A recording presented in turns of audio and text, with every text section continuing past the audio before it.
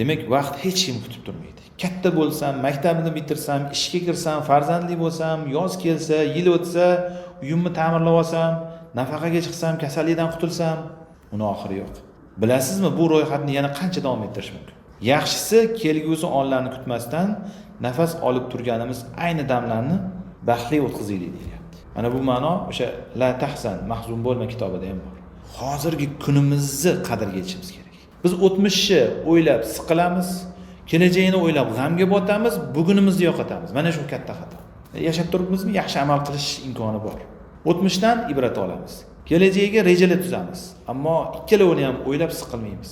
Aqlli odamning ishi emas siqilish. Mana xatoyimiz nimada? Demak, o'zimizga bundoq belgi qilib qo'yamiz. Demak, men xatoyimni to'g'rilab olishim kerak. Insonning muvaffaqiyatida ancha katta o'rin egallaydi bu narsa.